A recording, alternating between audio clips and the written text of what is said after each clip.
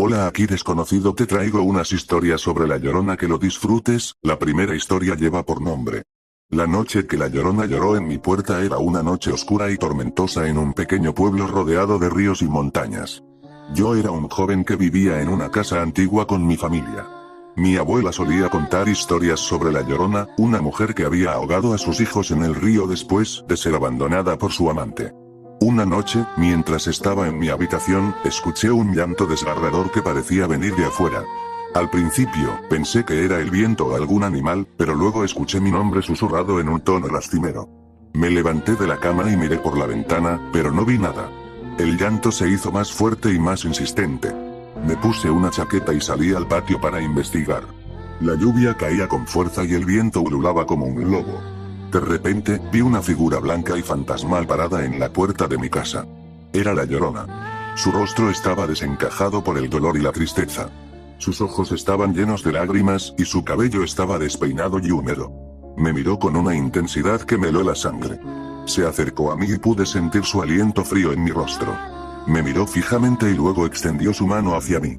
Sentí un escalofrío cuando su mano tocó mi rostro. De repente, escuché un ruido detrás de mí. Me di la vuelta y vi a mis padres y hermanos saliendo de la casa, pero sus rostros estaban cubiertos por una niebla oscura. La Llorona sonrió y su llanto se convirtió en un susurro que parecía decir: ahora son míos. Me desperté en mi cama, empapado en sudor. La lluvia había cesado y el viento había amainado. Pero cuando miré por la ventana, vi a La Llorona parada en el patio, mirándome con sus ojos llenos de lágrimas. Nunca volví a dormir en esa casa. Nunca volví a ver a mi familia.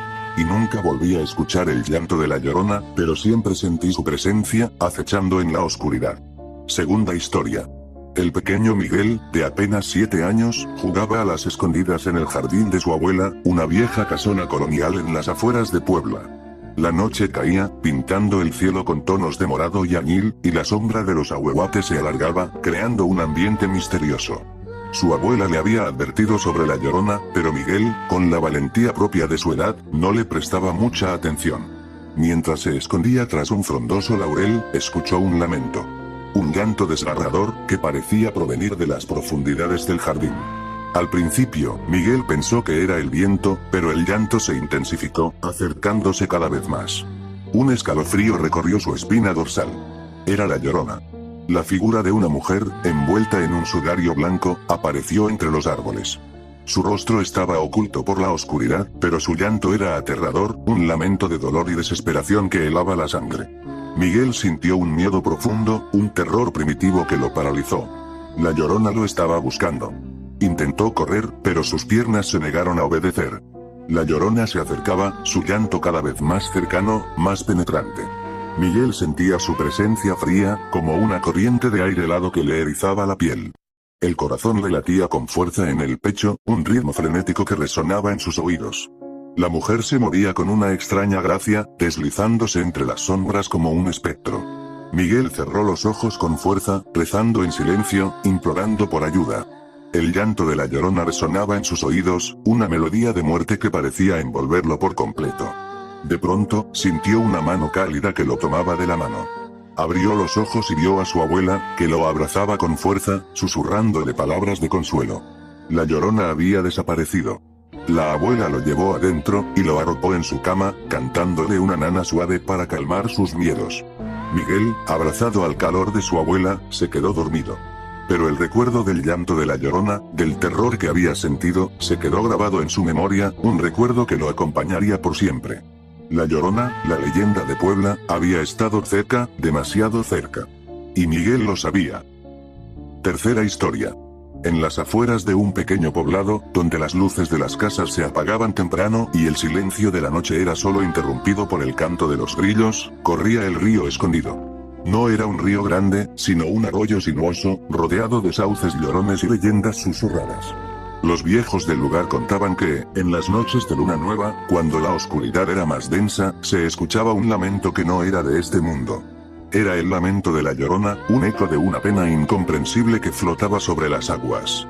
Sofía, una joven estudiante de antropología, había llegado al pueblo buscando precisamente esas historias.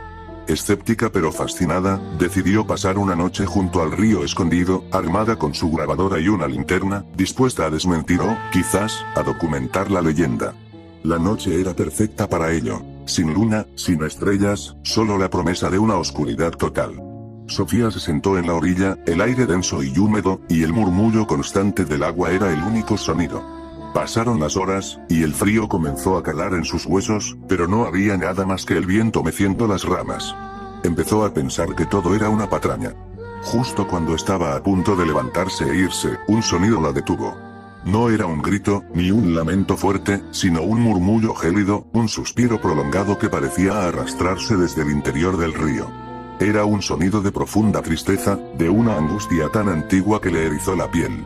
Sofía encendió su linterna, barriendo el haz de luz sobre la superficie del agua.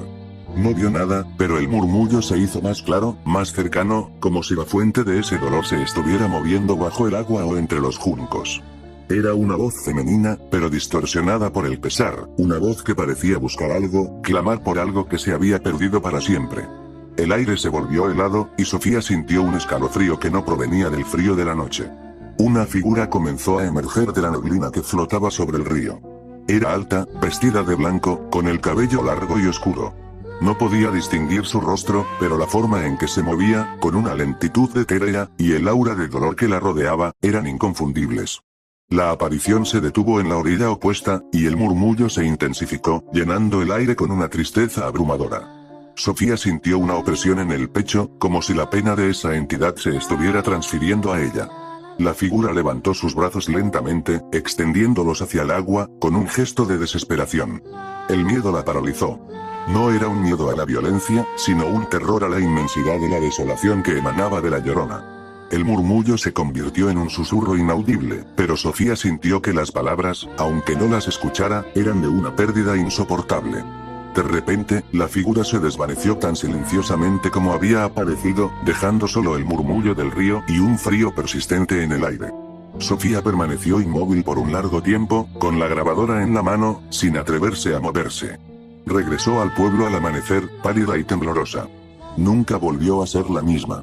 La grabadora solo contenía estática, pero en su mente, el murmullo gélido del río escondido y la imagen de aquella figura de blanco se quedaron grabados para siempre, un recordatorio de que algunas penas son tan profundas que trascienden el tiempo y la vida misma. Dale like y suscríbete, carnal.